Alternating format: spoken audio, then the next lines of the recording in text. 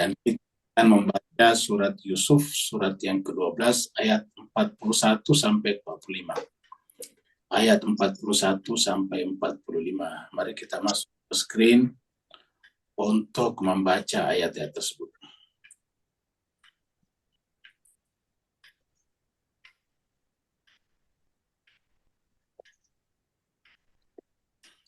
أعوذ بالله من الشيطان الرجيم بسم الله الرحمن الرحيم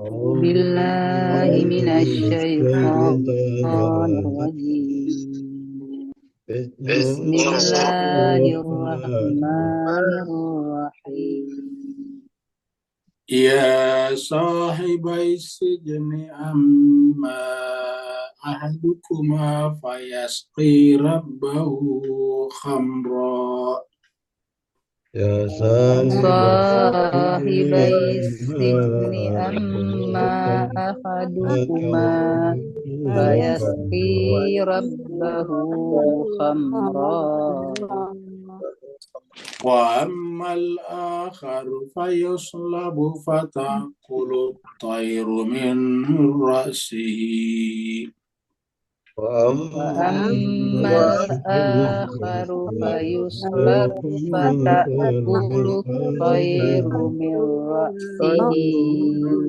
رأسه قضي الأمر الذي فيه تستفتيان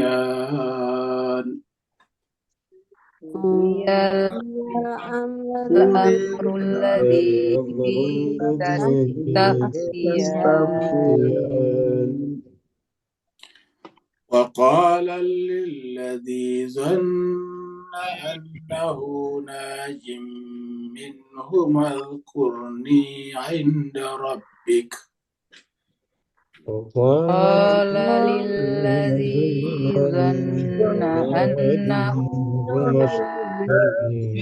ثم اذكرني عند ربك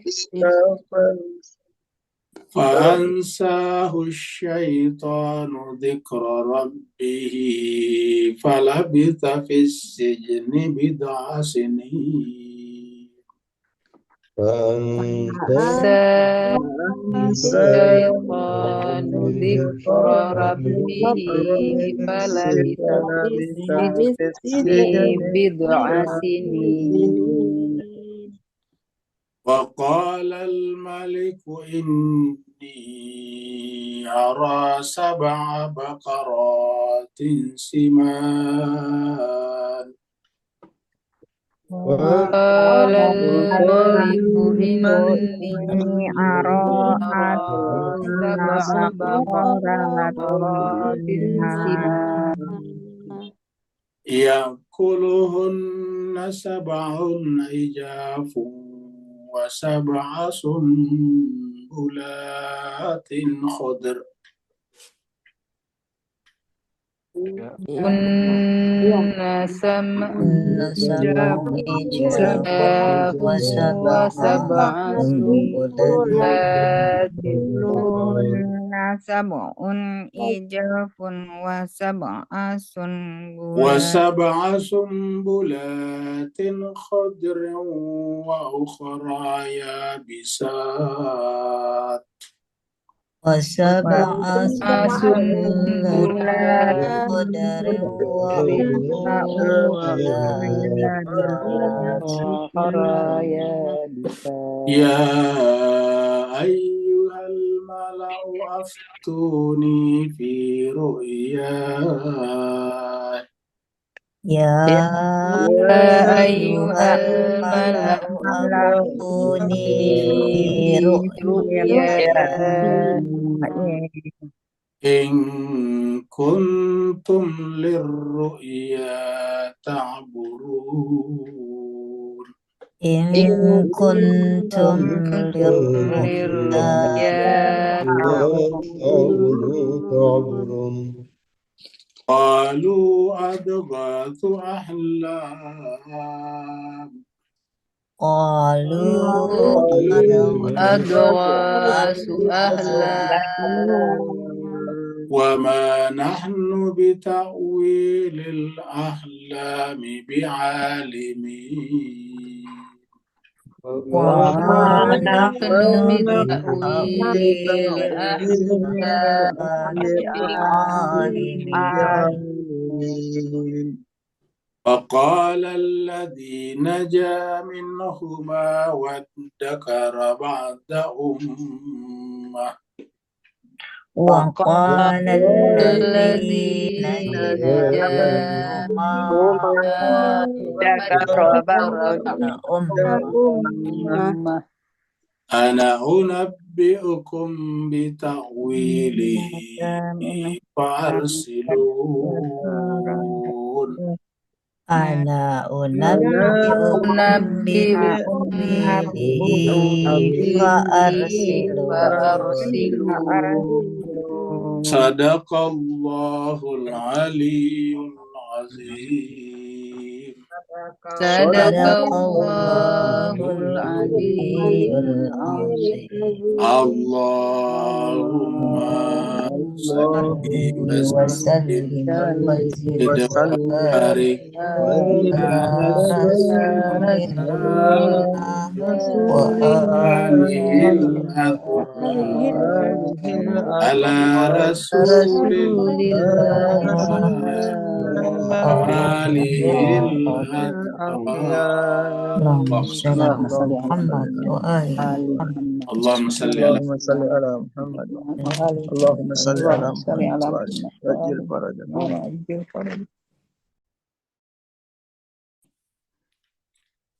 Terima kasih banyak jemaah sekalian telah ikut membaca ayat-ayat suci Al-Quran. Ayat yang kita baca adalah ayat suci, artinya tidak ada campur tangan manusia. Itu dari Allah Subhanahu wa Ta'ala melalui jiwa suci Nabi suci kita, Nabi Muhammad Sallallahu Alaihi Wasallam. Sehingga kalau kita membaca ayat tadi sama dengan membaca kalimat-kalimat yang Allah ucapkan kepada Nabi-Nya. Dan semoga dengan kita mengucapkan juga kata-kata itu, Allah SWT memberkahi kita dan menjadi wasilah bagi kita agar nanti di akhirat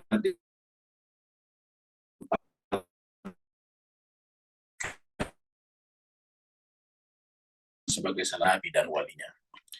Sebelum kita teruskan surat Yusuf, kita ingin sampaikan bahwa kita masih ada pertemuan satu kali lagi besok, insya Allah. Maksudnya di satu hari, yaitu pagi dan petang.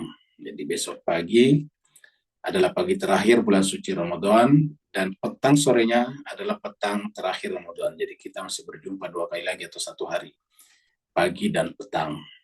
Kemudian kita sampaikan juga bagi yang belum bergabung di luar bulan Ramadan, kita sampaikan bahwa tadabbur kita ini juga berlanjut, ya, berkesinambungan di luar bulan suci Ramadan.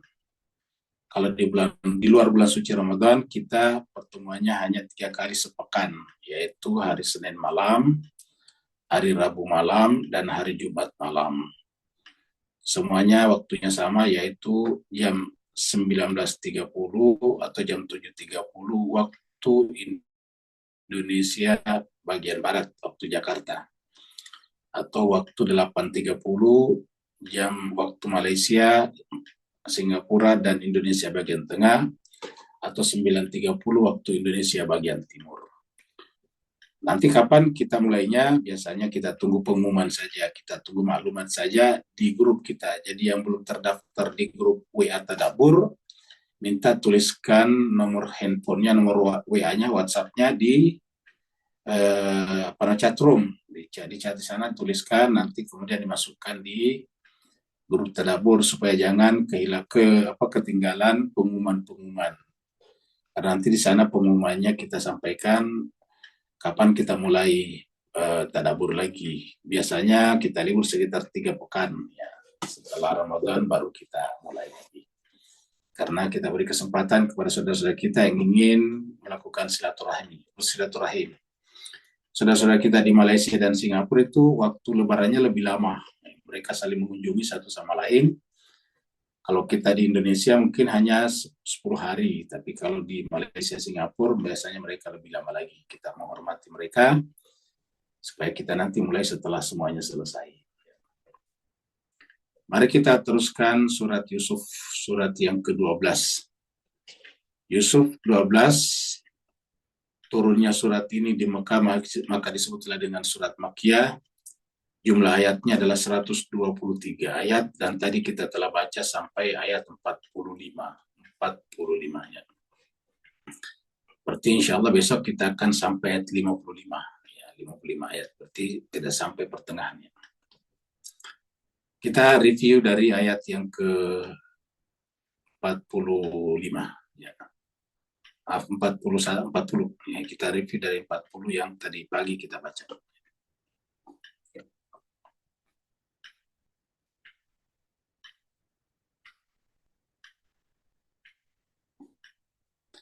Di sini Allah SWT berfirman, A'udzubillahi minasyaitonirrajim, Bismillahirrahmanirrahim. Ma ta'buduna min duni. Ma ta'buduna min dunihi. Tidak menyembah, kamu tidak boleh menyembah selain daripada Allah. Atau apa saja yang kamu sembah selain Allah, illa kecuali asma'an samaitumuha. Karena sebelumnya kan Nabi Yusuf mengatakan, aku meninggalkan milahnya kaum yang tidak beriman kepada Allah dan hari akhirat. Nah, sehingga kemudian apa yang disembah kalau begitu, ma ta'buduna min duni illa asma'an sama itu. Karena apa saja yang kalian sembah selain daripada Allah tiada lain kecuali hanya nama-nama yang kita sematkan, yang kita berikan kepadanya. Siapa yang memberikannya? Antum wa aba'ukum, kalian dan moyang-moyang kalian. Jadi penggunaan kata antum, kalian, jadi boleh jadi kita membuat terus-menerus Tuhan-Tuhan. Ya. Ma anzalallahu biha min sultan. Allah tidak pernah menurunkan kepada sesuatu itu sultan. Tidak punya argumentasi dan juga tidak punya kekuatan ilahiyah yang menyebabkan harus disembah. Inil hukmu illa lillah. Tiadalah hukum itu kecuali hanya milik Allah. Jadi semua yang ada ini terikat oleh hukum, dan hukum itu adalah milik Allah. Termasuk patung-patung yang kita buat. Amara Allah ta'budu illa iyah.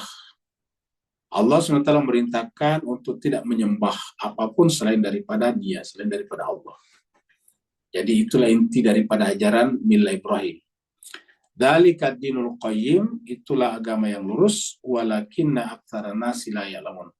Akan tetapi banyak manusia yang tidak mengetahuinya. Walakinna aktsara nasi la ya'lamun. Kita masuk pada ayat baru, ayat 41. Ini adalah anggur merah, red wine. Arabnya khamar. Ya sahibai sijni, wahai dua sahabat penjaraku. Ya. Sekarang Nabi Yusuf menjelaskan atau menakwilkan mimpi keduanya. Masih ingat dulu mimpinya di atas? Yaitu yang pertama bermimpi melihat dirinya memeras anggur. Ya. Yang kedua, mereka bermimpi melihat dirinya membawa di atas kepalanya roti. Kemudian roti itu dimakan oleh burung-burung. Jadi ada burung-burung mengikuti memakan roti yang di atas kepalanya. Lalu minta kepada Nabi Yusuf, wahai Yusuf, cobalah menakwilkan mimpi kami tersebut, karena kami melihat kami melihat engkau sebagai minal muhsinin, orang yang baik. Ya. Nah, sekarang Nabi Yusuf menjelaskan dua mimpi tersebut. Ya. Yang pertama tadi, yang kedua bermimpi menjunjung atau membawa di atas kepalanya roti, yang roti itu dimakan oleh burung-burung. Ya sahibai sijni, wahai teman penjaraku, sahabat penjaraku. Amma ahadukuma, adapun salah seorang dari kalian, ya, yaitu tadi yang memerah anggur, fayasqi rabbahu akhamra, dia nanti akan memberikan minum. Artinya kerjanya nanti kalau keluar dari penjara, dia akan punya majikan yang pekerjaannya itu, maksudnya pekerjaannya dia terhadap majikannya adalah memberi, ya, memeras anggur, ya, untuk memberikan kepada majikannya. Rabbah di sini majikan. Jadi di sini kata Rabbah jangan artikan Tuhan, tapi majikan. Dan ingat bahasa kita juga, bahasa Melayu itu Tuhan dari kata Tuan. Tuan itu majikan. Jadi orang yang kita junjung tinggi namanya Tuan. Ya, tuan-tuan. Makanya di Malaysia kita panggil tuan. Ya, kalau perempuan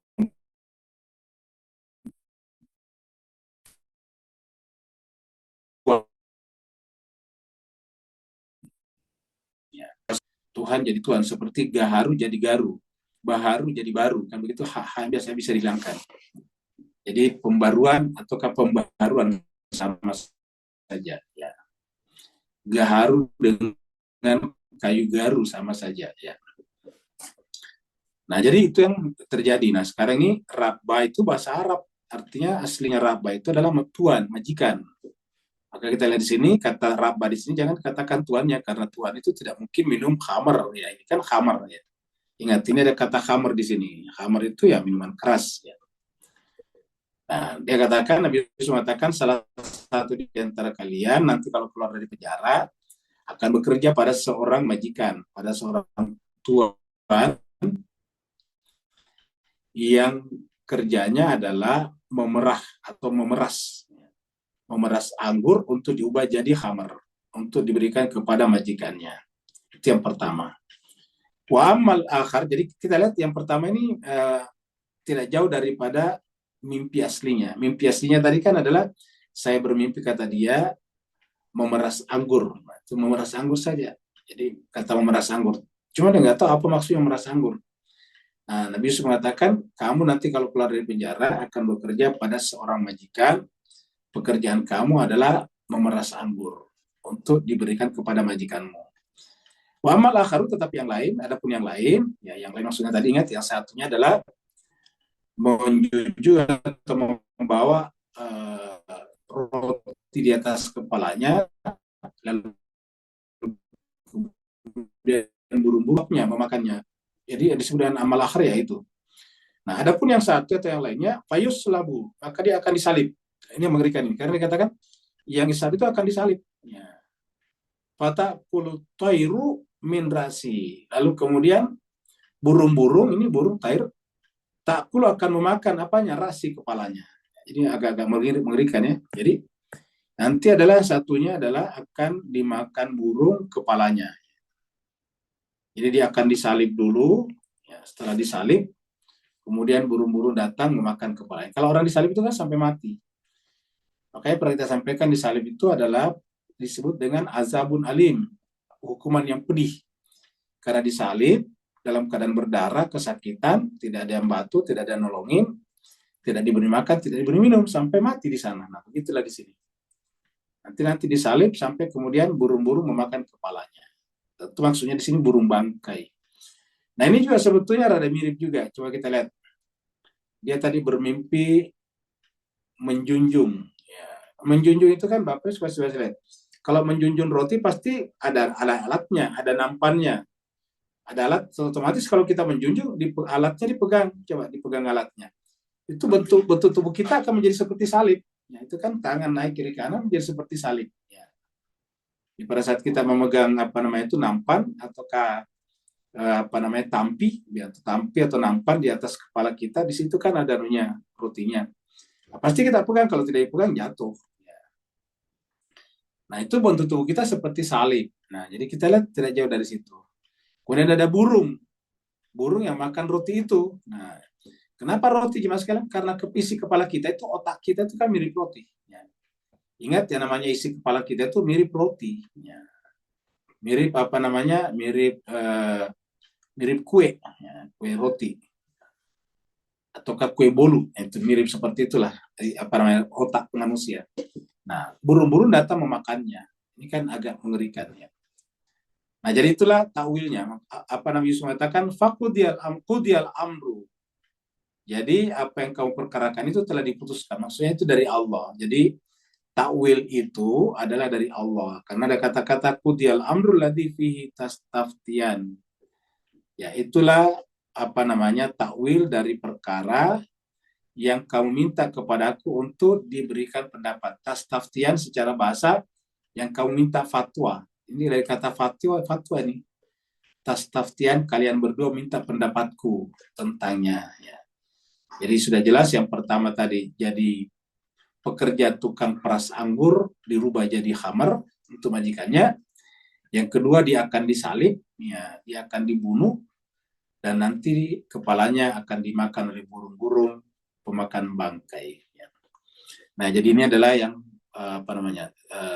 takwil mimpinya Nabi Yusuf kepada mimpi orang tersebut. Kita lihat di sini. Ya. Kita lihat surat Thaha, ya. Surat 20 ayat 21. Qala. Jadi ini adalah bentuk bahwa dulu orang itu dihukum disalib. Ini adalah Fir'aun. Qala, berkata Fir'aun kepada tukang-tukang sihir. Setelah tukang sihir kan tiba-tiba beriman kepada Nabi Musa, tuh sujud kepada Nabi Musa. Ya. Qala, maka berkatalah Fir'aun setelah melihat para tukang sihirnya kok tiba-tiba sujud kepada Fir'aun.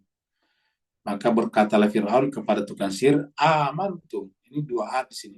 Amantum. Apakah kalian beriman lahu kepada Musa? Kira-kira kalau bahasa kita, berani-beraninya kamu beriman kepada Musa, qabla an adzana lakum, sebelum aku mengizinkan kalian. Kira-kira bahasanya gini, kalian ini kan adalah pekerja saya. Kalian ini kan saya mendatangkan ke kota untuk melawan sihirnya Musa. Kok kamu berani-beraninya beriman kepada Musa sebelum izin dari saya? Ya.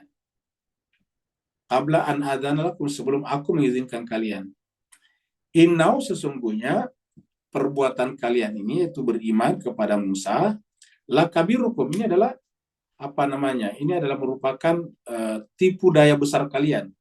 Jadi alladzi 'allamakumus sihra. Ya. Yang ternyata yang mengajarkan kamu sihir Musa juga. Nah, kira-kira gitu. Jadi kalau kita lihat di sini, dia menuduh bahwa tukang-tukang sihir ini diajarkan sihir oleh Musa. Ya. Jadi ini adalah tipu muslihat kamu sebetulnya ternyata untuk mengecoh kami. Ternyata kamu adalah juga, kalian ini adalah murid-muridnya Musa ini. Allamakumus sihra. Ternyata Musa juga mengajari kalian sihir. Makanya kalian tiba-tiba bersembah sujud kepada Musa. Harusnya kan bersembah sujud kepada saya sebagai raja. Nah, seperti itulah. Padahal ini pernyataan ini tentu tidak berdasar. Karena yang mengundang atau yang mendatangkan tukang sihir itu adalah mereka juga, Fir'aun juga. Yang memilihnya Fir'aun, jadi tidak mungkin diatur-atur. Kenapa yang memilih tukang sihir adalah orangnya Fir'aun, bukan Musa? Seandainya Musa yang memilih, oke lah. Tapi ini kan yang datang ke pedalaman-pedalaman mencari tukang sihir ahli, lalu kemudian dipilih untuk datang ke kota, itu kan mereka orangnya Fir'aun. Ya, jadi bagaimana mungkin diatur-atur sebelumnya? Tapi intinya adalah apa kata Fir'aun setelah melihat tukang sihir ini beriman kepada Nabi Musa? Dia memberikan ancaman. Nah, apa ancamannya? Fala uqatti'anna aydiyakum. Saya akan memotong kedua tangan kalian ini. Fala uqatti'anna aydiyakum. Saya akan memotong kedua tangan kalian, wa arjulakum, dan kaki kalian, min khilafin, secara bersilangan. Jadi kalau tangan kanannya dipotong, nanti kaki kirinya lagi yang dipotong bersilangan. Satu, jadi pasti akan potong. Yang kedua, wala usalliban, ini salib. Wala usallibannakum. Dan saya akan menyalib kalian fi juz'in nakhli, di pohon kurma. Ya, di pohon kurma, di batang pohon kurma. Ya, di batang pokok kurma. Ya. Nah, jadi dari sini kita lihat bahwa memang sudah dari dulu begitu. Kalau orang-orang dulu dihukum mati, disalib. Karena itulah hukuman yang paling menyedihkan. Kenapa? Karena orang tidak langsung mati. Kalau dipenggal lehernya langsung kan langsung mati. Tapi kalau ini tidak, disalib. Disalib itu artinya apa? Artinya tangan kiri kanannya itu dipaku. Ya, lihatlah Nabi Isa kalau versi Kristiani. Dipaku telapak tangannya kepada kayu kiri kanan, telapak tangannya tentu juga dengan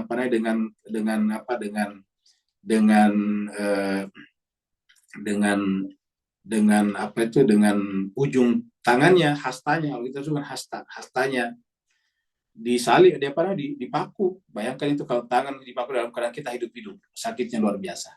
Ya. Setelah itu dalam keadaan sakit kita tetap harus sadar. Kaki juga nanti begitu. Kaki nanti juga dipaku juga tuh di pohon, kan tergantung tuh orang kalau disalib. Ya. Dapat kita bayangkan bagaimana menderitanya orang seperti itu. Makanya dengan adzabun alim pernah kita bahas sebelumnya. Nah, ini ada kata-kata la usallibannakum. Ini kata Fir'aun kepada tukang sihir. Saya akan menyalib kalian fi juz'in nakhli, di pohon kurma. Wala ta'lamunna, dan agar kalian mengetahui, ayyuna, siapa di antara kita, asyaddu adzaban wa abqa, siapa yang paling keras siksanya, adabnya, hukumannya, wa abqa, dan paling kekal. Kenapa menggunakan kata kekal? Ya karena kalau disalib orang tadi lama baru mati, tidak langsung mati, butuh mungkin 1-2 hari. Kan 1-2 hari, bahkan mungkin 3 hari. Kalau dia kuat bertahan, ya mungkin 3 hari, karena mati meninggalnya nanti karena kehausan, kelaparan. Nah, jadi kita sudah lihat bahwa ini memang ada pohon salib. Ini pada zamannya Nabi Musa yang sudah turun-temurun dari dulu, dan itu yang kita bicarakan tadi di sana adalah cerita Nabi Yusuf yang jauh di atasnya, jauh lebih tua daripada Nabi Musa.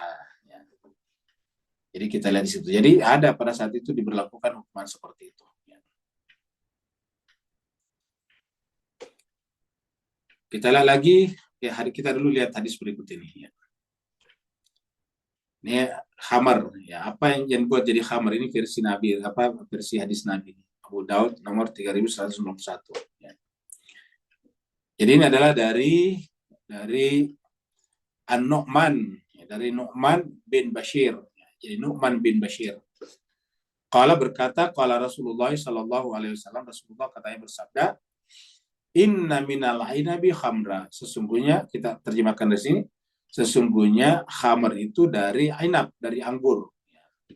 Wa inna minat tamri khamran. Juga khamar itu dibuat dari kurma. Jadi ada yang dibuat dari anggur, ada yang dibuat dari kurma. Wa inna minal asali khamran. Ada juga dibuat dari madu. Ternyata madu juga bisa jadi khamar ini. Wa inna minal asali khamra. Ya. Kemudian wa inna minal burri khamra. Juga ada bur. Bur itu adalah gandum. Jadi gandum dibuat, biasanya mungkin air gandum ya. Gandum dibuat jadi khamar. Wa inna minasyairi khamra. Juga ada syair itu jenis gandum juga, tapi gandum yang berharga murah, gandum berkualitas rendah. Ya. Itu syair. Ya. Ini adalah wa inna minasyairi khamra. Jadi seperti dikatakan tadi, dia membuat khamar untuk majikannya, tentu mungkin dari anggur. Ya. Kalau bukan anggur ya dari kurma, karena itu yang paling lazim.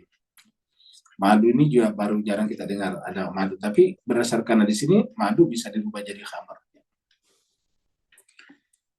Kita lanjut lagi pada ayat berikutnya.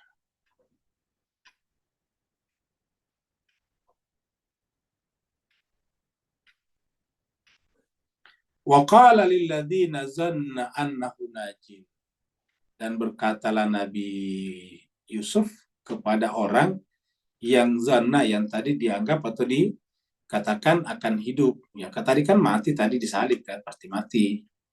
Maka dia berkata kepada yang akan hidup, najin itu yang akan selamat. Ya.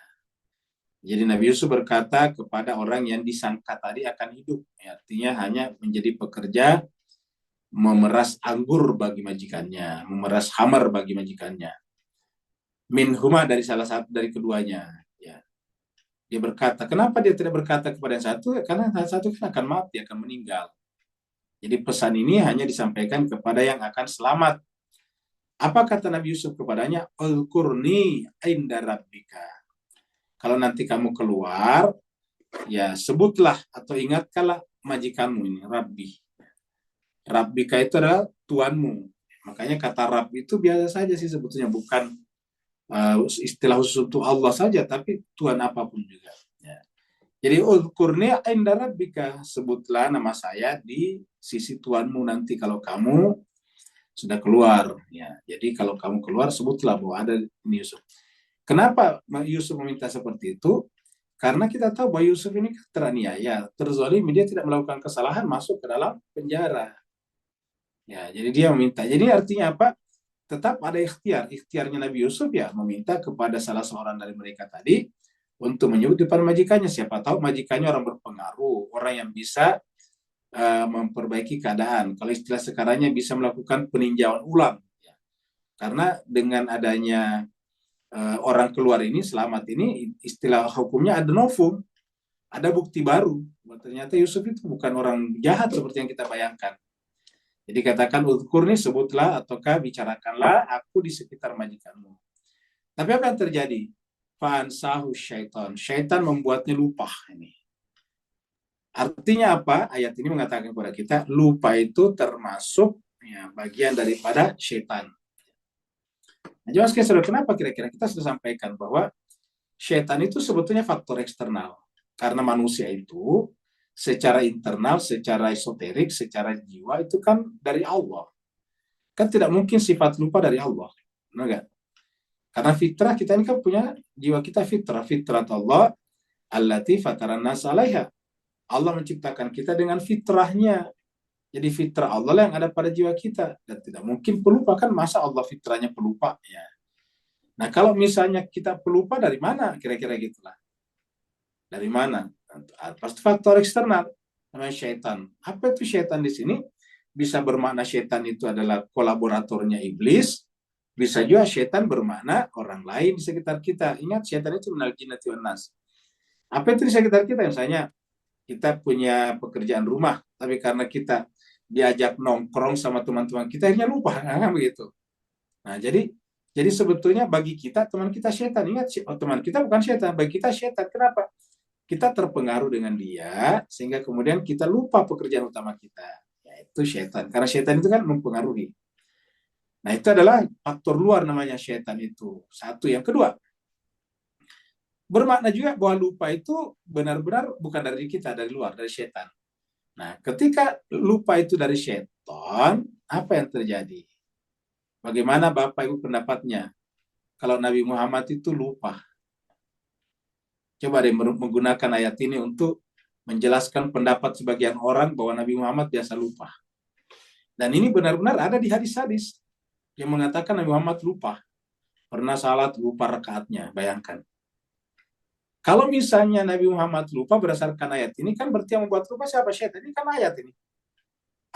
Kalau saya lupa, ya wajarlah. Kita ini kan benar-benar bukan orang suci.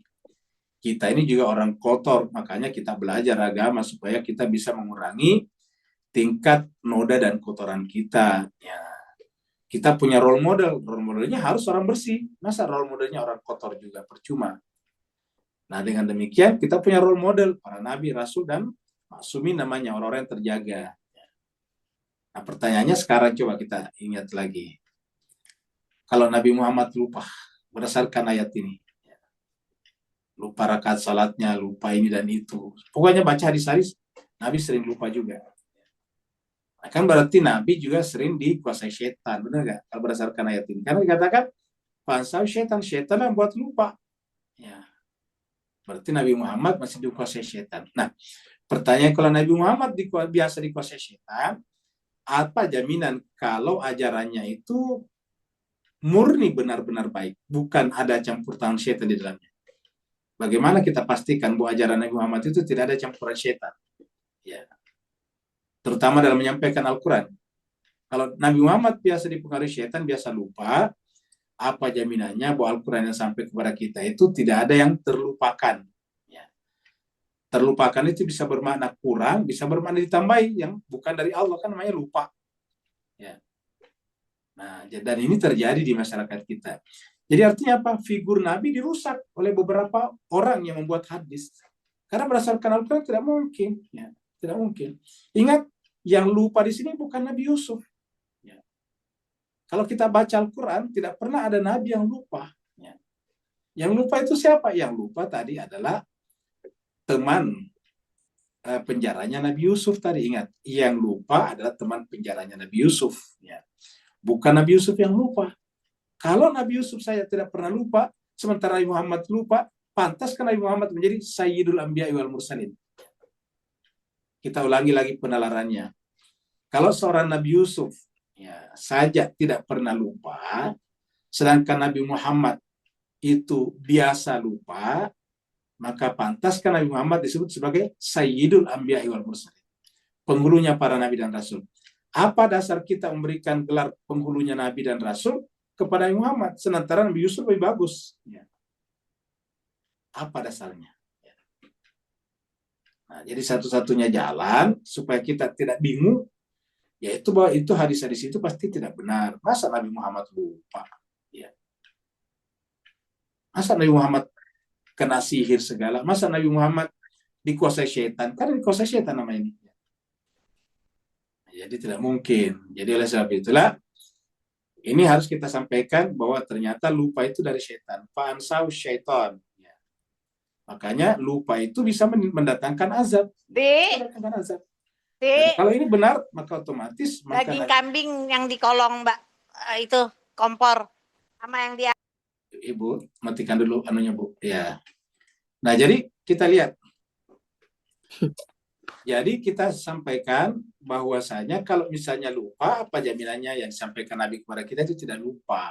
Ini fansau syaitan. Ya. Nah, sekarang kita lihat dulu ayat berkenaan dengan ini. Ya. Kita lihat di sini nih. Nah, ini kita lihat. Kita buka surat Thaha. Ini surat Thaha. Ya.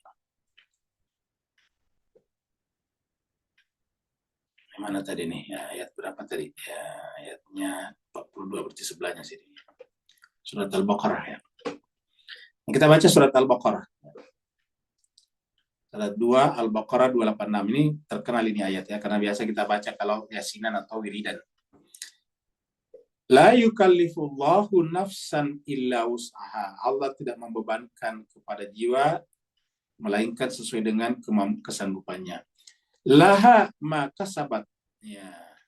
Setiap jiwa berbuat baik atau buruk itu dipertanggungjawabkannya. Laha ma kasabat. Ya. Kalau dia berbuat baik, dia akan dapat. Laha itu baginya. Wa alaiha ma kasabat, dan dia juga bertanggung jawab atas perbuatannya yang lain, yaitu yang buruk. Ya. Jadi kasabat yang baik, ketasabat yang buruk. Rabbana, kita disuruh berdoa, Rabbana, wahai Tuhan kami, karena kita bisa saja berbuat buruk, ya. Kita karena kita ini manusia biasa. Tapi ingat, jangan bayangkan itu terjadi pada Nabi. Ya. Ini kita sebagai manusia awam.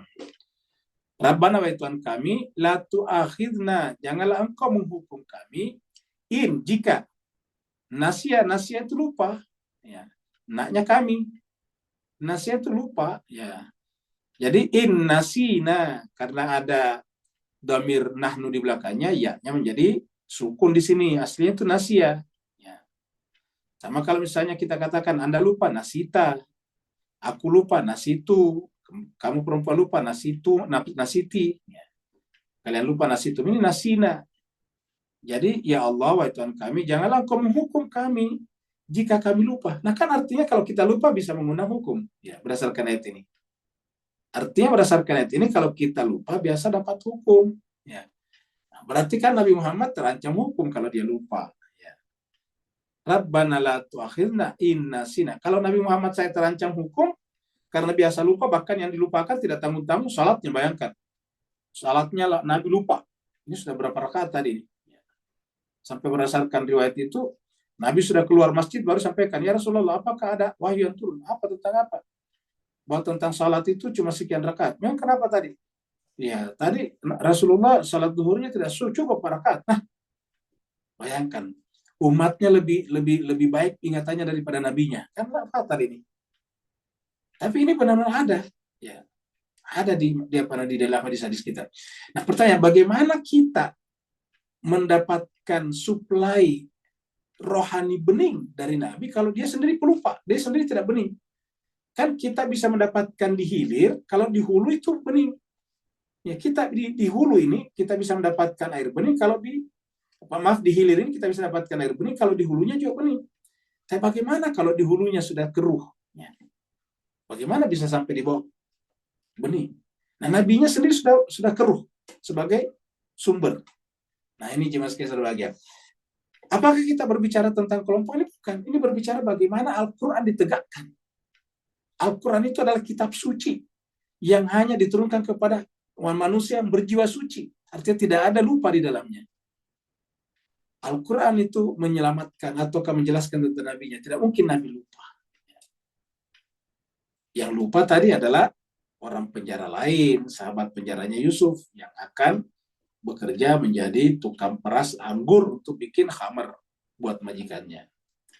Jadi innasina aw akhtana. Ya Allah, jangan Engkau menghukum kami kalau kami lupa atau salah. Rabbana, wahai Tuhan kami, wala tahmil alaina. Janganlah Engkau bebankan kepada kami isran, beban yang berat, kama hamaltahu alal ladzina min qablina, sebagaimana Engkau bebankan kepada umat-umat sebelum kami, Rabbana, dan seterusnya. Kira ini ayatnya kita sudah paham semuanya sampai ke bawah ya. Sampai ke bawah kita sudah hafal. Ini sering kita baca kalau kita ada baca Yasinan, sering kita baca kalau wiridan biasanya, terutama setelah salat maghrib dan salat subuh biasanya dibaca wiridan. Berikutnya surat Al-Kahfi. Ini ada juga nih, Al-Kahfi surat 18 ayat 23. Insya Allah mengatakan, ini adalah dialog antara dua sahabat. Satu sahabatnya itu kaya raya, kebunnya banyak, satunya lagi biasa-biasa saja, bahkan tidak punya apa-apa. Satunya ini kaya raya, kebunnya luas, ya, hasilnya banyak, sedangkan yang satunya lagi ini tidak punya apa-apa. Nah, tetapi yang punya kebun ini bangga, menjadi semacam lupa diri. Ya. Sampai dia memastikan kalau kebunnya itu sudah bagus, pasti dia akan panen. Nah, maka muncullah ayat ini kepada temannya itu. Jadi teman yang sederhana ini berkata kepada temannya yang luas kebunnya, yang akan siap panen esoknya. Apa kata temannya ini? Wala taqulanna li syai'in. Janganlah engkau mengatakan kepada sesuatu atau tentang sesuatu, saya ini fa'ilun zalika gada. Saya akan melakukan itu besok. Gada itu besok. Besok saya akan panen. Besok saya akan mengambil hasil pertanian saya yang begitu banyak. Ya. Jangan katakan begitu, kata ayat ini. Terus apa? Illa kecuali, kan ini larangan nih. Janganlah kecuali. Kecuali apa? Mengucapkan in yasha Allah. Illa ayasha Allah. Kecuali kalau Allah menghendaki. Nah, jadi artinya apa? Kita mengucapkan insya Allah. Jadi kita katakan insya Allah. Nanti muncul lagi, ketika ditulis insya Allah, muncul lagi perdebatan di masyarakat kita. Apakah ditulis satu-satu? Insya Allah. Kan muncul lagi tuh. Orang Islam itu seperti orang tidak ada kerjanya, memperkarakan yang kecil-kecil seperti itu. Dia lupa kalau yang namanya bahasa Arab, bahasa asing, masuk ke dalam kita, kebanyakan ditulis berdasarkan pelafazannya, pengucapannya, bukan tulisannya. Kalau kita menulis ini secara terpisah, insya Allah, ya nanti bismillah juga jangan disambung dong. Tulis satu-satu. Bi ismi Allah ar-Rahman ar-Rahim. Kan jadi kacau jadinya. Nah, jadi jemaah sekalian supaya kita gunakan ini karena banyak di masyarakat kita dan mohon maaf banyak di antara kita suka ngaji masih terpengaruh dengan begini. Ya. Kan tulisannya adalah insya Allah, kan begitu ya. Insya Allah nih. Kan ini in satu kata, sya satu kata, Allah satu kata, kan begitu. Nah, sekarang ini apakah kita tulis berdasarkan tulisannya? Kalau berdasarkan tulisannya kan ini adalah in. Ya. Sya'a. Ya. Kemudian Allah. Ya, begitu. Nah, biasanya tulis tuh insya dari belakang, dari tentu dari sini. Ya, kalau Ustadz besok insya Allah besok kan gitu tulis in. Sya. Ya, Allah. Kan gitu. Nah, ini tulis berdasarkan tulisan ini. Saya sampaikan, kalau Bapak Ibu menulis berdasarkan ini, kalau menulis Bismillahirrahmanirrahim, ya ingat, coba lihat ini. Ya, Bismillahirrahmanirrahim. Ya, kan gitu.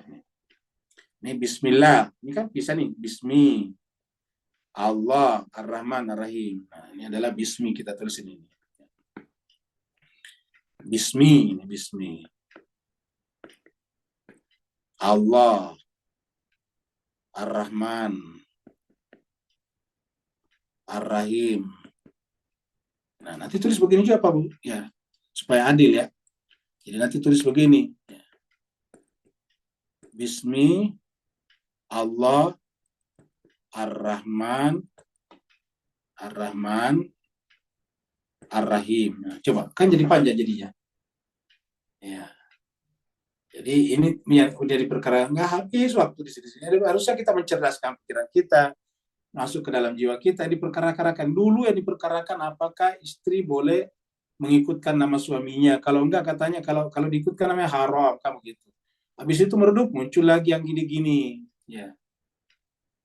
Ini ya kayak namanya ucapan bisa ditulis berdasarkan ucapan. Contohnya misalnya ini. Ucapannya apa? Bismillahirrahmanirrahim. Maka kita lihat biasanya itu di depan ada tulisan Di permulaan ada kata, ditulis satu kali saja. Bismillahirrahmanirrahim. Ya, begitu. Nah, jadi ini adalah penulisan. Ini tidak perlu diperkarakan. Kenapa? Karena tidak mungkin tulisan asli diakomodasi persis dalam tulisan asli, tulisan penyerap. Ya. Harus ada namanya transliterasi. Ada namanya transliterasi, bukan translate, transliterasi. Ya, pemindahan literal, tulisan. Dan itu punya masing-masing caranya. Ya, seperti itu. Transliterasi Malaysia dengan Indonesia beda. Kenapa? Transliterasi Malaysia dipengaruhi bahasa Inggris. Transliterasi kita dipengaruhi bahasa Belanda. Contohnya kalau di Singapura, ada jemaah kita di sini namanya Pak Syaban. Itu pasti tulisannya SH, kan begitu. Udah benar ini. Karena dia di Singapura dasarnya bahasa Inggris. Tentu ini bacanya kalau bahasa Inggris kan Syah. Tapi kalau di Indonesia ini bacanya sok, gitu. Jadi kalau di Indonesia kita transliterasi bahasa Indonesia, tulisan namanya Pak Syaban itu adalah begini tulisannya. Nah, begini Syaban, begitu. Sama-sama dari huruf Shin. Shin. Tapi Shin ini kalau ditransliterasi dalam bahasa Inggris itu SH. SH nih. Seperti bahasa Inggris, she is a teacher misalnya. Sedangkan kalau bahasa Indonesia, kalau ditransliterasi menjadi SY, gitu. Kita kan masing-masing punya transliterasi. Ya. Tapi mohon maaf, kita sudah pendidikannya banyak, masih sering memperkarakan seperti ini. Ada ini yang sederhana saja. Ilmu transliterasi namanya. Ya. Jadi dengan demikian, persoalan insya Allah tadi di sini, kita kembali di sini, ya bisa ditulis insya Allah. Jadi tulis saja begini, ya. Tulis saja begini, ya, insya Allah, nggak apa-apa, ya ini. Itu tidak ada orang masuk neraka gara-gara tulisannya salah, insya Allah. Ini tulis saja begini, insya Allah. Ya. Nah, jadi nggak ada masuk neraka tuh gara-gara tulisan begini. Masuk neraka malah kalau dia berantem gara-gara begini. Ya. Nah, jadi jemaah sekalian kita teruskan ya. Jadi illa ayasya Allah wadhkur rabbaka, maka sebutlah nama Tuhanmu idza nasita, kalau kamu lupa. Nah, coba lihat. Kita lihat lagi di sini. Wadhkur rabbaka idza nasita. Sebutlah nama Tuhanmu atau ingatlah nama Tuhanmu ketika kamu lupa. Artinya ketika kita lupa, kita sedang tidak ingat Tuhan. Dan ini ada ayat di tempat lain. Surat apa? Surat 59. Wala takunu kalladzina nasullah fa ansahum anfusahum. Kamu gitu. Jangan kamu lupa Allah, karena kalau kamu lupa, Allah lupa kepada kamu. Nah ini dia. Wadhkur rabbaka idza nasita. Ingatlah Tuhanmu kalau kamu lupa. Artinya kalau kita lupa berarti kita tidak menyebut nama Allah. Nah, kita tanya lagi, apa mungkin Nabi Muhammad biasa berpisah dengan Allah? Artinya lupa, gaflah. Ya, lagi-lagi pertanyaannya situ. Tidak mungkin, fatal itu kalau Nabi Muhammad pernah berpisah dengan Allah. Ya. Jadi nggak mau wadhkur rabbaka idza nasita. Wa qul asa ayyahdiyani, dan katakanlah mudah-mudahan, jadi kita mudah-mudahan Allah memberikan hidayah kepadaku. Ya. Tuhanku memberikan hidayah kepadaku li aqraba min hadzal rasyada. Untuk lebih dekat, ya, lebih dekat apa? Lebih dekat mengikuti jalan yang benar ini. Min hadzal rasyad. Rasyada itu jalan kecerdasan, jalan kebenaran. Kita sudah terangkan dulu, rasyad itu smart. Ya. Jadi rasyid itu smart. Ya. Seperti misalnya tabayana rusydu minal ghayy. Ya. Kita sudah beberapa kali juga menjelaskan ini. Nah, jadi saya kira jelaskan. Marilah kita coba mempelajari Islam menggunakan Al-Quran dengan Al-Quran. Karena kalau kita pakai hadis, terlalu banyak hadis. Orang kan pada zaman Nabi itu, semua orang mau berbicara, mau dikenal dengan menyebut dari Nabi. Terkadang juga bukan dari Nabi. Atau mungkin dari Nabi, tapi ditambah atau dikurangi. Seperti itu. Apalagi kita tahu hadis itu ditulis sekitar 100-an tahun setelah Nabi wafat. Ya. 100 tahun setelah Nabi wafat, dan itu 1400 tahun yang lalu tidak ada alat-alat yang bisa merecording.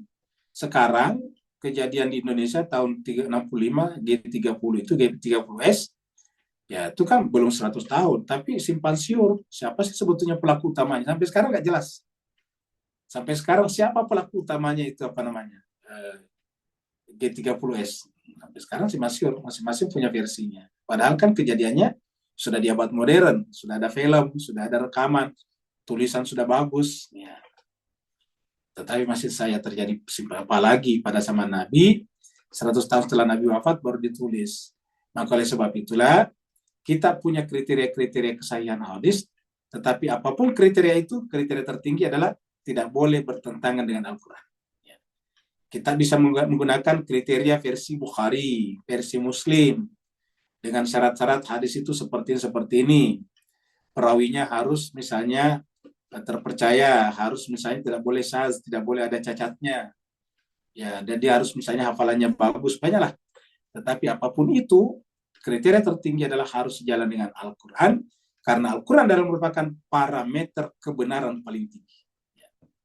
Ingat, Al-Quran adalah parameter kebenaran paling tinggi, termasuk memparameteri hadis-hadis Nabi.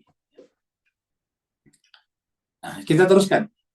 Ayat 42. Jadi waqala lil ladzina zanna annahu najim minhuma udhkuruni indaka inda rabbika fa ansahu syaitan. Tapi syaitan buatnya lupa. Jadi kalau lupa berarti dikuasai syaitan. Jadi fa ansahu syaitanu dzikra rabbih, menyebut nama Yusuf di depan majikannya. Fala bisa si jeni, maka Yusuf akhirnya tetap menjalani kehidupannya di dalam penjara. Jadi tadi yang berdua itu hukumannya pendek, tidak lama. Jadi setelah itu dia keluar. Nah, Yusuf meneruskan. Setelah mereka keduanya keluar dari penjara, Yusuf masih terus meneruskan nasibnya di penjara. Pala bisa fisijeni bid'a sinin. Dia bertahan atau dia tetap di penjara selama beberapa tahun. Ini beberapa tahun. Bid'a sinin, beberapa tahun. Di yang tidak bersalah orang masuk dalam penjara. Kalau kita mungkin stres. Nabi Yusuf biasa-biasa saja. Ya. Nah, jadi inilah tadi. Ya. Kemudian kita lihat lagi ayat berikutnya.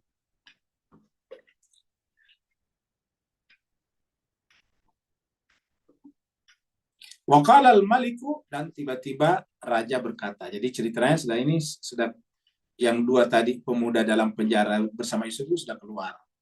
Di luar terjadi kehidupan dan salah satu kejadian adalah raja.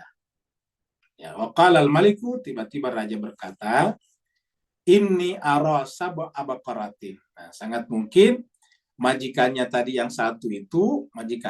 itu adalah menteri ataukah pejabat tingginya raja di sini.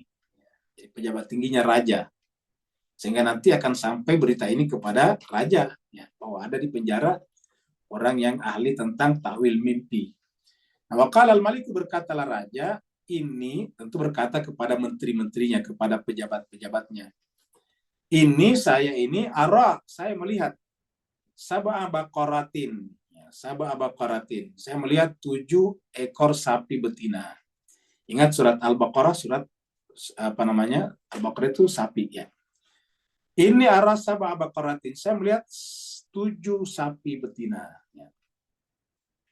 Siman itu gemuk. Ya.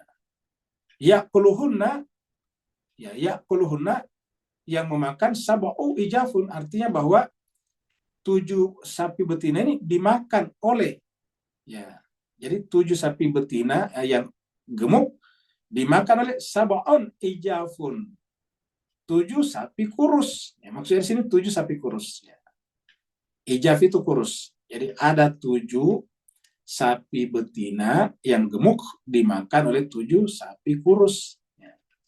Wasaba sumbulatin khudrin, dan saya juga melihat, ini raja melihat 7 sumbulatin, 7 tangkai khudrin, ada 7 tangkai tumbuhan yang berwarna hijau, ya, wa ukhara yabisatin, dan juga yang lainnya, 7 yang lainnya adalah kering. Jadi saya melihat 2 tangkai, 2 jenis tangkai.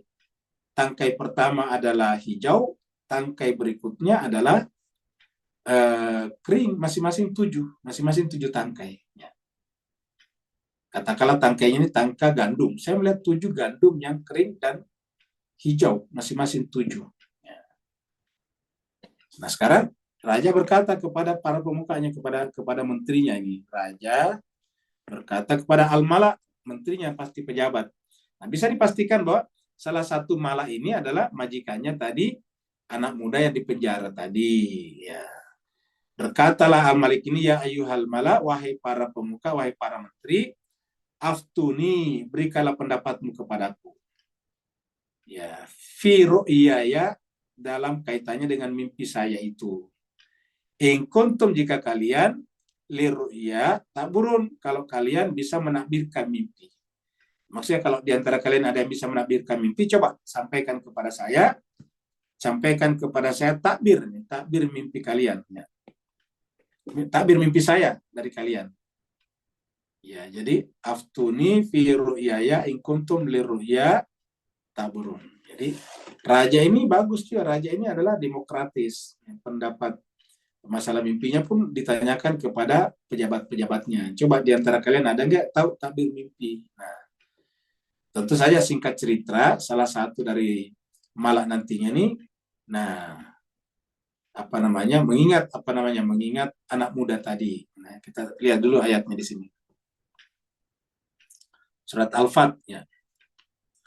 Laqad sadaqallahu rusulahu ru'ya. Jadi Nabi juga punya mimpi juga dan benar juga. Coba. Laqad sadaqallahu rasulahu ru'ya bil haq. Sungguh Allah membenarkan ru'ya, maksudnya mimpi rasulnya, ya. Membenarkan rasulnya dalam kaitan dengan mimpinya menjadi kebenaran bil haq, dengan benar. Yaitu apa? Yaitu Nabi pernah bermimpi melihat dirinya masuk ke Masjidil Haram kembali setelah sebelumnya terusir. Nah, maka takbir mimpi itu mengatakan la tadkhulunnal Masjidil Haram. Kamu pasti akan masuk ke Masjidil Haram insya Allah. Ini insya Allah nih. Ya. Tulisannya terpisah insya Allah. Ya, tapi pengucapannya tidak harus terpisah, yang gitu. Insya Allah, ya begitu. Jadi insya Allah. Jadi insya Allah. Jadi la tadkhulunal masjidal harama insya Allah aminin. Dalam keadaan aman. Maksudnya tidak ada peperangan. Ya, muhalliqina rusakum. Nanti setelah sampai di sana pasti kamu akan mencukur rambut. Maksudnya bisa bertawaf, bersa'i dengan selamat, dengan aman. Karena kalau Nabi masuk ke sana pasti pasti umrah dulu. Maksudnya pasti tawaf dan sa'i dulu, ya. Muhalliqina rusakum wa muqassirin, ya. Jadi kalau misalnya kalau kita selesai sa'i itu bisa tahlik, bisa taksir. Tahlik itu mencukur rambut, bisa juga dengan menggunting memotong kuku, bisa taksir itu memendekkan, ya. Bisa. Ini muhallik ini mencukur, bisa mukassir, bisa aja bermakna muhallik itu adalah mencukur pelontos, kecuali perempuan, ya. Kemudian bisa juga hanya sekedar digunting sebagian, ya. La takhafun, jangan kalian takut, ya. Fa'alima, dia Allah mengetahui ma'alam ta'lamun, apa yang kalian tidak ketahui, termasuk kaitannya dengan rahasia mimpi. Faja'ala min duni dzalika fathan qariba. Dan Allah selain daripada ini masih akan ada lagi nanti kemenangan besar, fathan qariba. Jadi faja'ala min duni dzalik, selain daripada itu masih ada lagi fathan qariba, ada kemenangan yang lebih dekat lagi. Nah, seperti itu. Setelah dia masuk di sana ada foto-foto Mekah, ya. Kita lihat di sini nih, ya. Ini tentang mimpi, ya. Jadi mimpi itu jemaah sekalian berbahagia memang banyak juga di Quran ini, ya. Jadi nanti kita lihat sini ada tentang mimpi yang yang sebagian orang tidak bisa menafsirkan. Kita teruskan dulu di sini, ada hadis di sini tentang mimpi, ya. Jadi ini ada hadis dari Nabi tentang mimpi, berbagai macam jenis mimpi, ya. Ini Nabi mengatakan begini, ini ada hadisnya dari Abu Hurairah, di mana Nabi SAW berkata, fi akhir zaman, di akhir zaman, ya, la takadu ru'ya al-mu'min takzibu, ya. Di akhir zaman, kata hadis ini, hampir-hampir saja mimpi-mimpinya orang beriman itu tidak ada yang salah. Nah, takzibu di sini tidak berdusta. Nah, kita artikan saja tidak ada yang salah. Jadi di akhir zaman hampir saja mimpi orang itu tidak ada yang salah. Jadi takzibu. Jadi la takadu ru'yal mu'minun takzibu. Wasdaquhum ru'ya asdaquhum haditha. Siapakah yang paling benar mimpinya? Yang paling benar juga kata-katanya. Jadi kalau kita ingin mendapatkan mimpi yang paling benar, ya perbaiki juga kata-kata. Harus benar. Harus juga pikiran benar, kata-kata benar, akhlak benar. Wa ru'ya salasun, dan ru'ya itu atau mimpi itu ada 3 macam. Ya.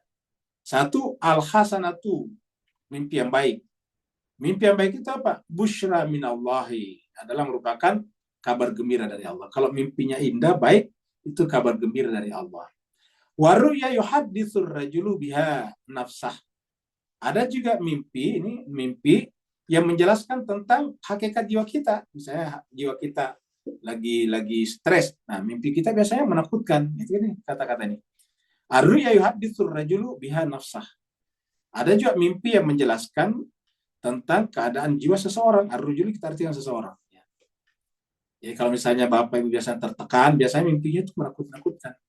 Tapi kalau hatinya lagi bahagia, lagi indah, lagi berbunga-bunga, biasanya mimpinya juga masuk dalam taman, menyeberang sungai, yang begitu. Melihat kembang-kembang bermekaran, kupu-kupu berterbangan, dan seterusnya. Ya. Nah, jadi itu adalah yang kedua. Yang ketiga, waruya tahzinun minasyaiton. Dan ada juga mimpi yang menakut, yang membuat sedih. Dan itu dari syaitan. Ada mimpi-mimpi yang buruk dari syaitan. Faiza ra'a ahadukum ru'ya yakrahuha, apabila salah seorang di antara kalian bermimpi melihat sesuatu yang tidak diinginkannya, yakrahu itu yang dia benci, tidak suka, fala yuhaddits biha ahadan, maka janganlah engkau menceritakan mimpi itu kepada siapapun. Lalu apa yang harus dilakukan kalau kita melihat mimpi yang tidak menyenangkan? Wal yakum fal yusalli, hendaklah dia bangun lalu melakukan salat. Ya, minimal salatnya 2 rakaat. Ya. Jadi kalau bermimpi buruk, maka kemudian hendaklah dia bangun dan melakukan salat. Ini hadis Tirmizi nomor 2215. Lanjut. Ya.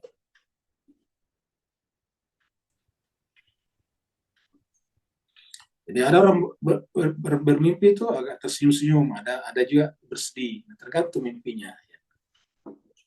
Kalau mereka berkata, ya, mereka tadi siapa tadi?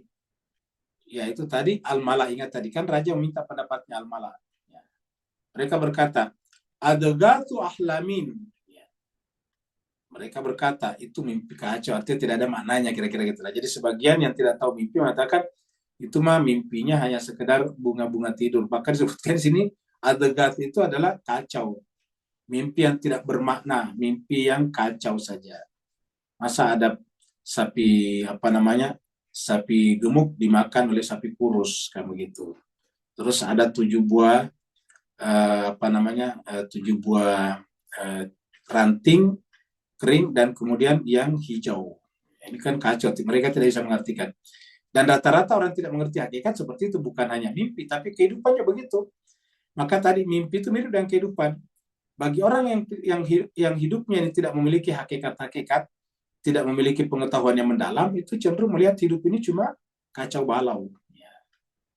Sehingga cenderung mereka stres, depresi, bahkan ada yang mengakhiri hidupnya. Wa manahnu bi ta'wilil ahlami bi alimin. Kami, kata siapa tadi? Kata Al-Mala, para pemimpin, kami tidak ya bi ta'wili, terhadap takwil mimpi bi alimin, tidak punya pengetahuan. Jadi kita terjemahkan di sini. Kami tidak punya pengetahuan tentang takwil mimpi. Kami tidak punya pengetahuan tentang mimpi. Kami bukan orang berilmu berkenaan dengan takwil al-ahlam, mimpi-mimpi.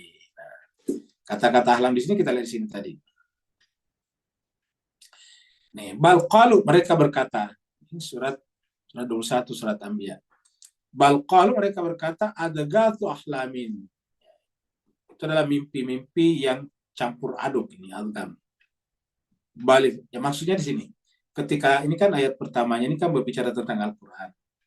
Orang-orang yang mendengarkan Al-Quran ini yang memang hatinya juga kacau, menganggap ya Al-Quran itu cuma hasil mimpinya Nabi Muhammad, hasil mimpi kacau balaunya.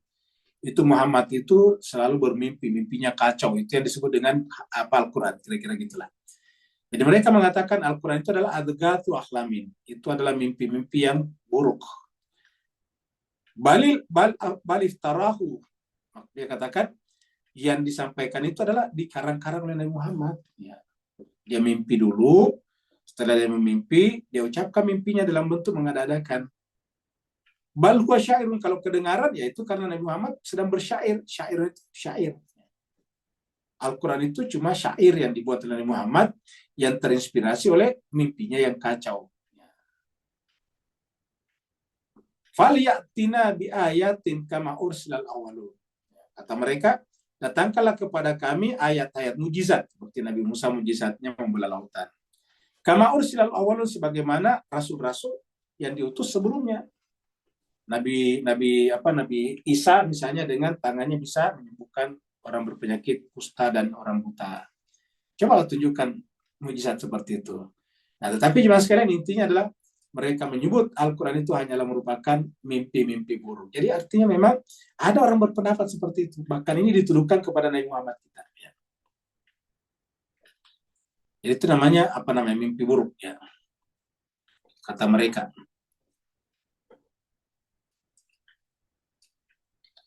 Nah, kemudian nanti salah satu daripada pejabat itu nanti punya bawahan tadi yang kebetulan bekas temannya Yusuf di penjara. Ya. Wa qala alladzi naja minhuma, berkatalah orang yang selamat daripada di antara dua tadi temannya Yusuf. Ya. Tentu ini disingkat, tidak di istana tadi, artinya bahwa pejabat itu kembali ke rumahnya masing-masing menceritakan mimpi raja kepada anggota rumah tangganya masing-masing. Nah, di rumah tangga salah seorang di antaranya ada pemuda tadi yang pernah masuk penjara, yang tidak dibunuh, sekarang yang bekerja sebagai pemeras anggur. Nah, maka berkatalah dia, minhuma, dari salah satu dari dua teman penjaranya Nabi Yusuf. Waddakara ba'da ummatin, setelah berlalu. Jadi waddakara itu dia ingat setelah, maksudnya dia tiba-tiba ingat Nabi Yusuf. Ya, setelah majikannya menjelaskan tentang mimpi raja, dia teringat dengan Yusuf. Ba'da umatin, setelah berlalu cukup lama. Ba'da umatin, umat itu beberapa tahun. Ya. Setelah berlalu beberapa waktu lamanya, tiba-tiba dia teringat, itu salah satunya setelah mendengarkan mimpi raja ini. Tiba-tiba dia mengatakan kepada majikannya, ana unabbiukum, saya siap unabbiukum, memberitahukan kepada kalian, bita'wilihi, takwilnya, karena saya tahu orang yang tahu takwil mimpi.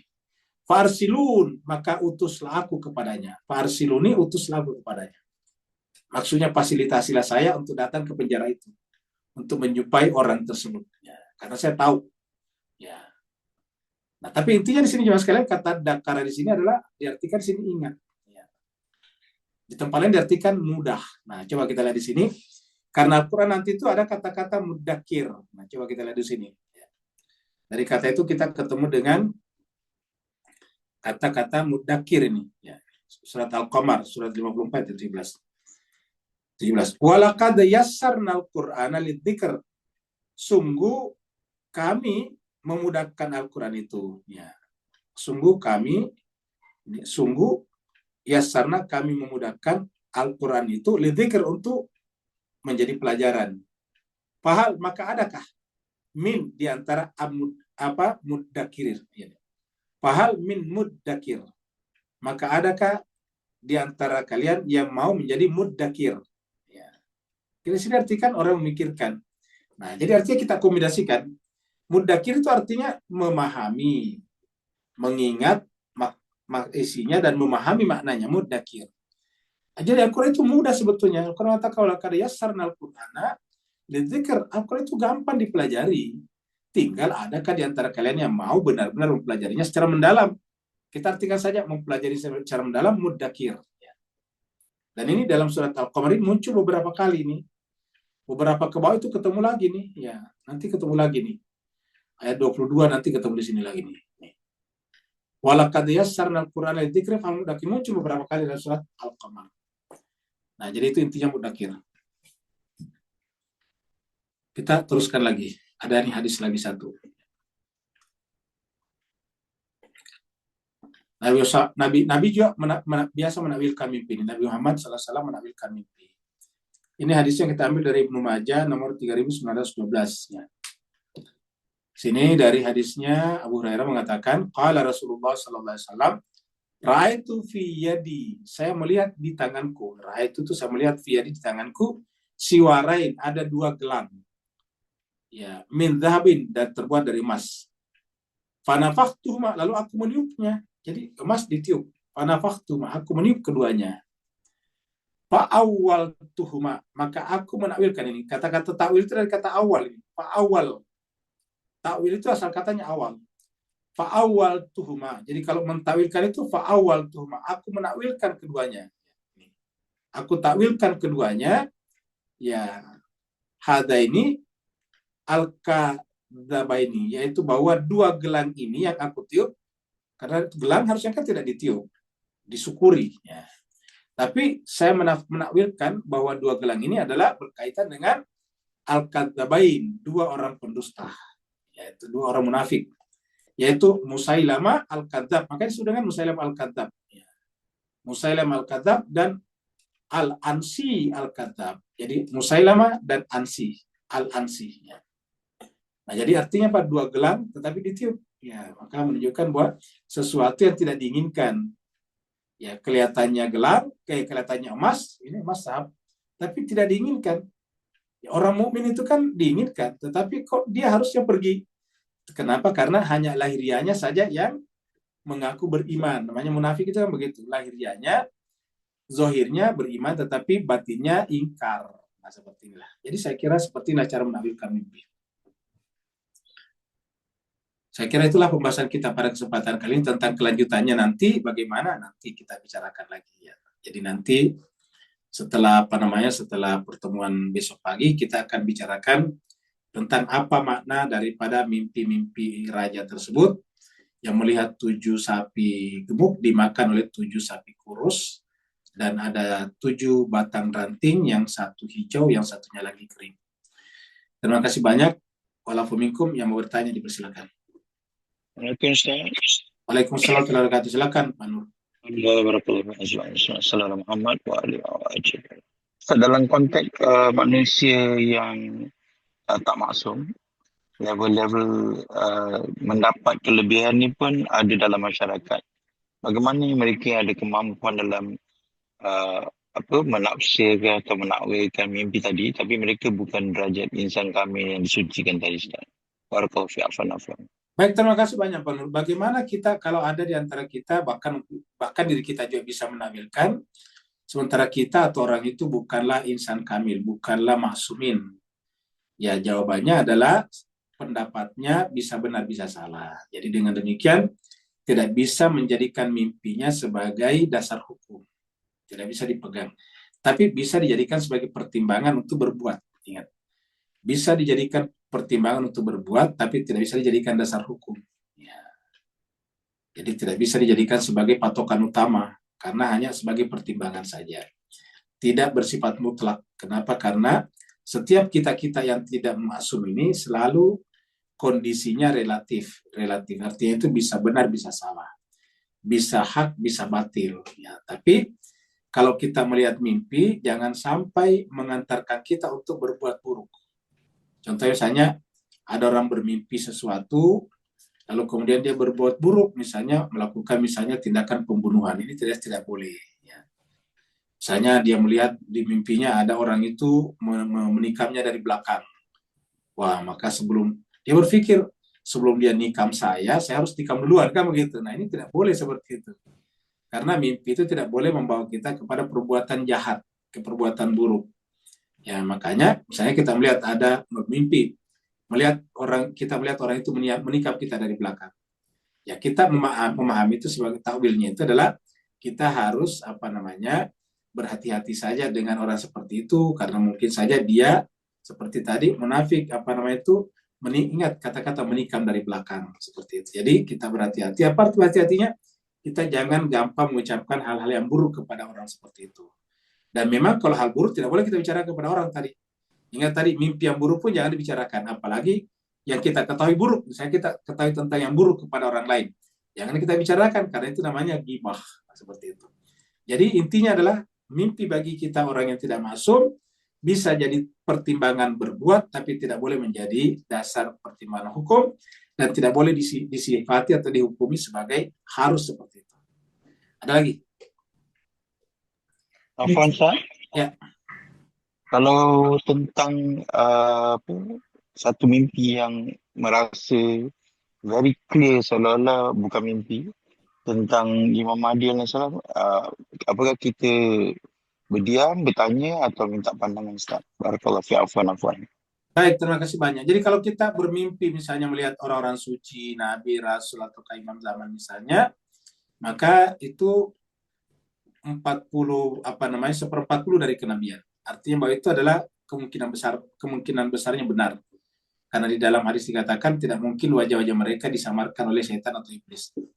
Nah, dengan demikian maka mungkin benar. Apakah kita harus tanyakan? Tidak harus juga. Bisa kita tanyakan, tetapi tidak harus. Bisa kita miliki sendiri saja. Kita menyimpan sendiri sebagai khasanah pengetahuan kita.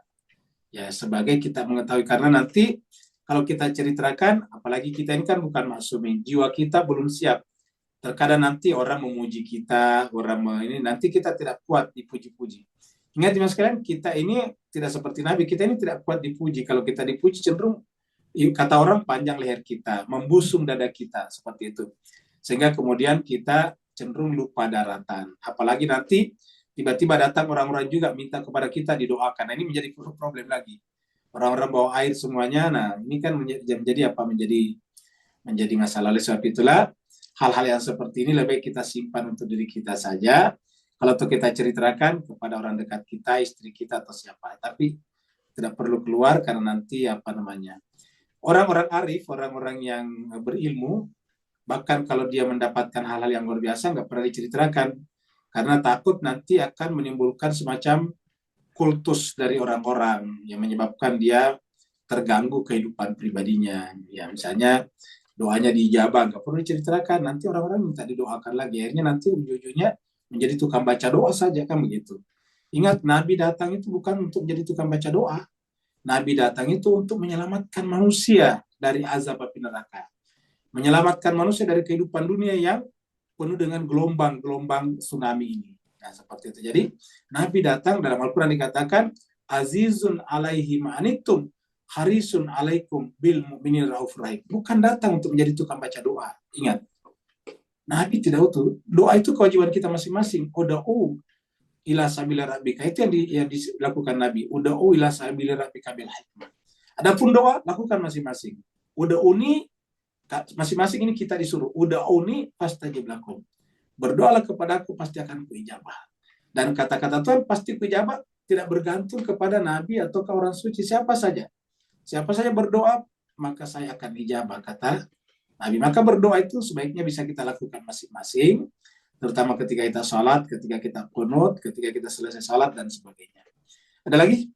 Di chatroom ada usul dari Pak Masyur. Baik. Ini ada usul dari Pak Masyur, ini apa nih?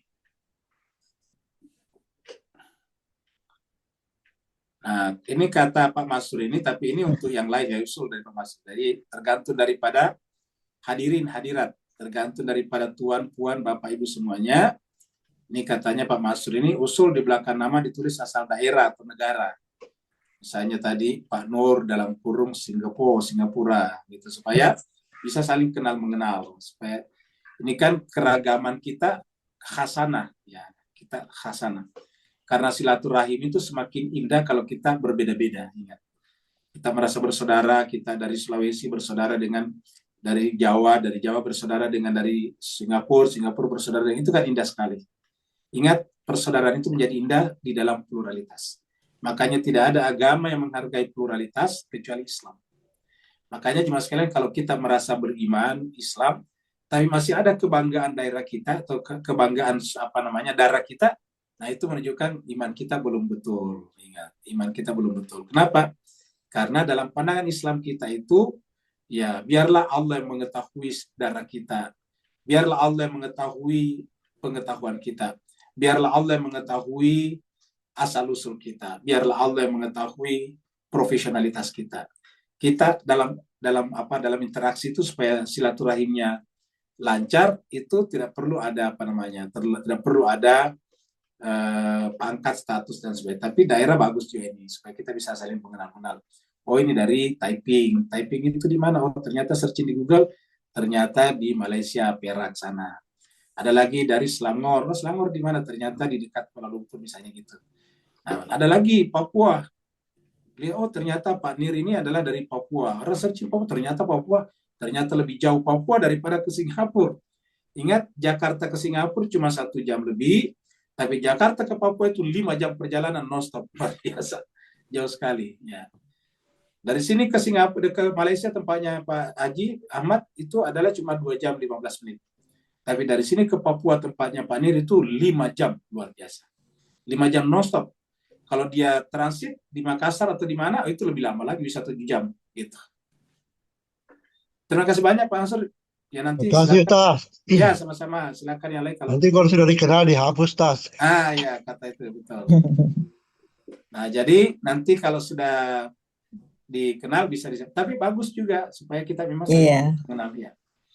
Asal daerahnya dari mana. Supaya ini karena kalau lihat begini kan nggak ketahuan ini dari Malang atau dari Wonosobo misalnya nggak ketahuan. Nah, saya nanti kalau kita datang ke tempat-tempat itu, nah kita ini ada ikhwan di sini nih, ada ukhti di sini nih kamu gitu. Terima kasih banyak. Wa'alaikum minkum. Selamat berbuka puasa. Wassalamualaikum warahmatullahi taala wabarakatuh. Waalaikumsalam warahmatullahi wabarakatuh. Terima kasih, Ustaz. Pak Ustaz, Bayu, Ayu.